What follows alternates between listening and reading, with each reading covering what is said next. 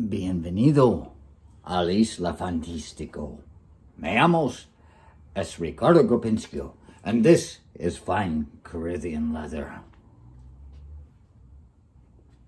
Welcome to Fantasy Island.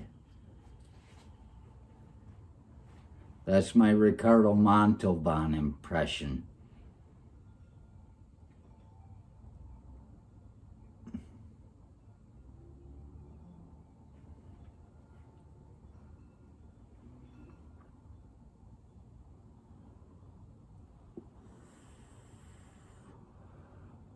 Escucha. Enterraron los dos cadáveres en una tumba. I see. This is all fun. I like being able to learn different languages, you know. I like to be able to talk to people all over the place. And how do you learn? But by having fun. Welcome to Fantasy Island. My name is Ricardo Montalban.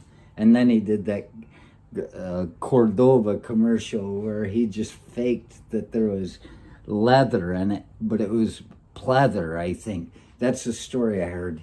I don't know. This is fine Corinthian leather. He just made up a name for some kind of leather. Caribbean. It's in the Bible. It'll burn your ass every day of the week. But then you take and you learn these things in Terron. Los dos cadáveres en una tumba. That'll come in a minute. But the first time I recognized how fun it was to learn another language, really to see people go, was I visited my friend Tom Higgins in Chicago. And he was working because he was a professor, of course. Sorry, Tom, didn't mean to connect myself to you. But so during the day, I was like, well, I guess I'll go into town. So he showed me how to get on the L in Chicago. And he was at Northwestern, I think, somewhere. I don't know where the hell he was. But sitting on the L, on that elevated train, I'm just riding along. I figured I'll just go to the tourist place, you know. They'll tell me where to go, and I'm riding along, and I'm just looking around, you know. Bums. And so there's a second language on the, there's a second language on the top of the thing where it says, please stay clear of the door. But then underneath it, in Spanish, it says, and I sat there and looked at it, and I looked at it, and I looked at it. I'm riding this thing. I don't know where the hell I'm going. But if I'm going to be sitting there, I might as well figure something out. And I read, manténgase al lado de la puerta. Stay clear of the door. I'm looking at that stay clear of the door up there, and I'm trying to make connections. And I said, that's what that means. And so I kept practicing, manténgase al lado de la puerta. Manténgase al lado de la puerta. Manténgase al lado de la puerta. And then I go into the damn tourist shop, and I blast through the door. I said, manténgase al lado de la puerta. And there happened to be a Puerto Rican woman at the desk, and she's like next to the white woman, who's old white woman's just going, what the hell is going on? But this Puerto Rican woman was like, it was like I was about to bomb the whole joint or something. But I said, and I looked at her and I said, I just learned that on the train. And so you see, learning these other languages can be a lot of fun. It started when I was in the Army. I was friends with a lot of guys from California, And the Mexicano dudes, Gutierrez, Mike, geez, I can't remember all their names. There's Gallant, there's, how the hell am I, that's a whole language in itself, trying to remember somebody's name. But so, I learned some stuff from them. These guys, other people in the unit, they thought that I was from California because I was hanging out with them. And I was also skipping work and getting suntans, and that's why my face is falling apart. All these suntans through the years, skipping work. They didn't even know what I was up to. But yeah, so I was the golden child. Everybody, they said that I was like an HB boy, the friends that I had. They're like, the guys from California, they were saying I was like an HB boy, a Huntington Beach boy. I was the golden child. I was so fresh, innocent, young, alive, too stupid to know how to hate. And now that I've learned, look how happy it makes me. I was quiet then. I didn't know what to be happy about. And so here I am, the HB boy, and when I moved to California, I realized I should probably hit Mexico on the way. On my 2-month trip moving out there, so I should probably hit Mexico on the way, because I'd had an opportunity once before and I didn't go because I just knew that I would end up in a prison somewhere.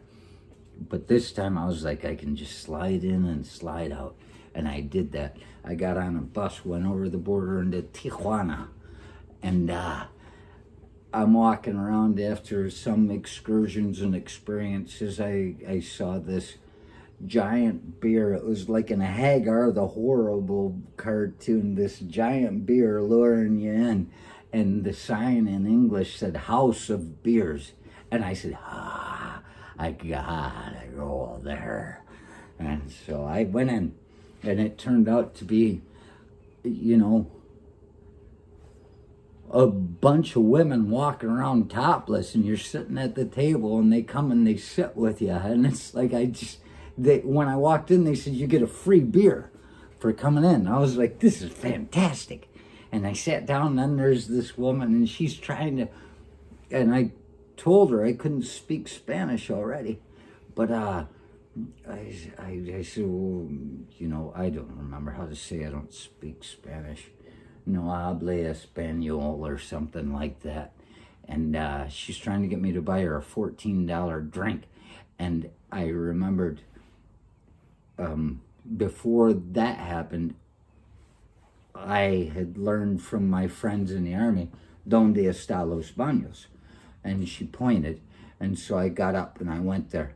And I said a couple more things that I'd learned from them. It was just one of those magical moments where every damn thing, I've done this in a cab in a foreign nation before, everything I knew was all they ever needed to hear, and they think you are fluent. It's a joke. And I come back from the toilet, we talked a little bit more, and she's sitting there still trying to get me. That's when she started trying to get me to buy her a $14 drink. And I looked at her, and from what I learned, I said, Este bebida es para usted también. Este bebida es para usted también. And you always have to sound like Ricardo Montalban. It makes it sound more authentic. That means this drink is for you too. That was my free beer.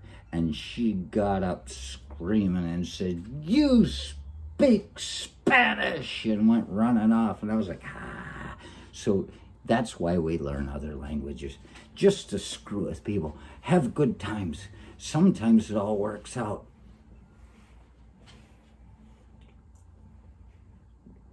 Je ne peux pas trouver mon esprit.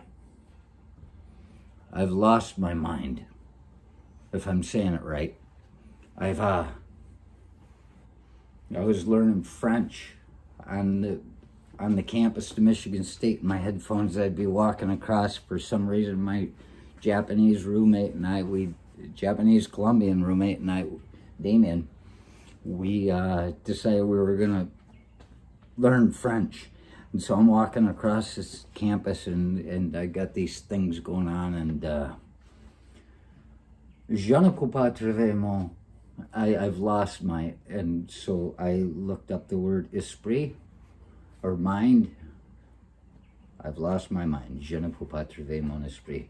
So then I went on to learn je ne peux pas trouver mon chèvre. I've lost my goat. That's more fun. But then through the years, I found je ne peux pas trouver mon raison d'être, which means I've lost my reason for being.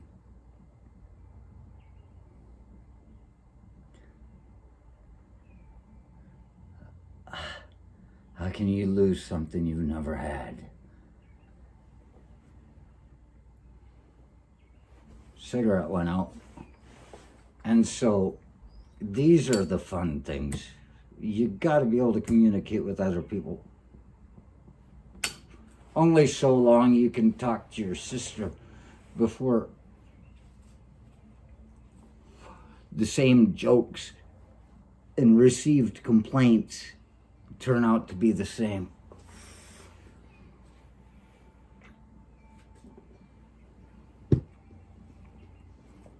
Ein Männlein steht im Wald, ganz still und stumm.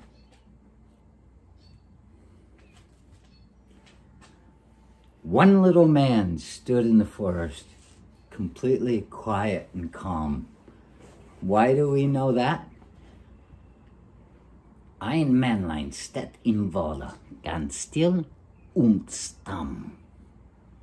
Ein Männlein steht im Wald, ganz still und stumm.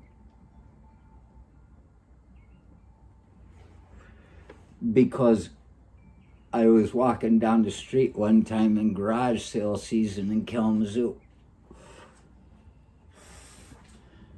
And on this stoner's porch, there was a book like that. It was called Hannibal Rising, and I'd read Manhunt, or whatever you call it, Red Dragon. I've read the other one, Silence Lambs, and I read some other one, I don't know. But when I saw that, I find Lecter pretty interesting. Hannibal Rising. So I bought it, and it takes him from his youth with his sister, and I'm not going to tell you anything about it other than in German they happen to say this poem that comes up later. Ein Männlein steht im Walde ganz still und stumm. And I bought that for 50 cents, and on the way home from there, before I got home, there was another one of these little garage sales, and it had a flashcard. I'm not going to bother showing it to you. I know it's in there somewhere. And it had a flashcard set of German. And so I took, as I was reading that, and I saw that German, I had the flashcard book, and I pulled out and I translated, and that's damn Lecter doing a child fairy tale story and saying, one little man stood in the forest, ganz still und one little man stood in the, I'm slipping, forest, completely quiet and calm. One little man stood in the forest, completely quiet and calm. Ein Männlein steht im Walde ganz still und stumm. Gesundheit ist besser als Krankheit. Did you know that is the original God bless you type of thing in German. They don't bring God into it. They say Gesundheit ist besser als Krankheit. And that means good health is better than sickness. Gesundheit, they just cut it down to that part. Good health. They shout that out instead, because you think about it, you say it in English to somebody, you're like, good health is better than sickness. Gesundheit ist besser als Krankheit. It sounds like an accusation.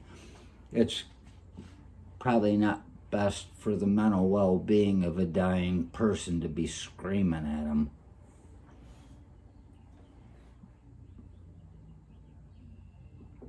And then I ended up working with a guy named Cronkite, who happened to be like Asperger's or something. He was off on this side of the spectrum somewhere. We're all in it. We're all connected. That's the beauty of mental health and well-being.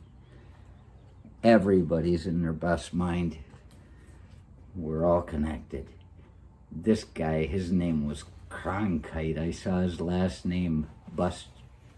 Nobody ever really talked to him. They said, and when I saw his last name was Cronkite, I said, Cronkite? I said, your last name means sickness? And he took offense to that. All I'm saying is, let's learn some languages. Let's screw with each other. Let's have a good time of it. Because if you can screw with somebody in their own language, they take that to heart in a good way. They say, at least he's trying. And that's how we get along outside of the jokes.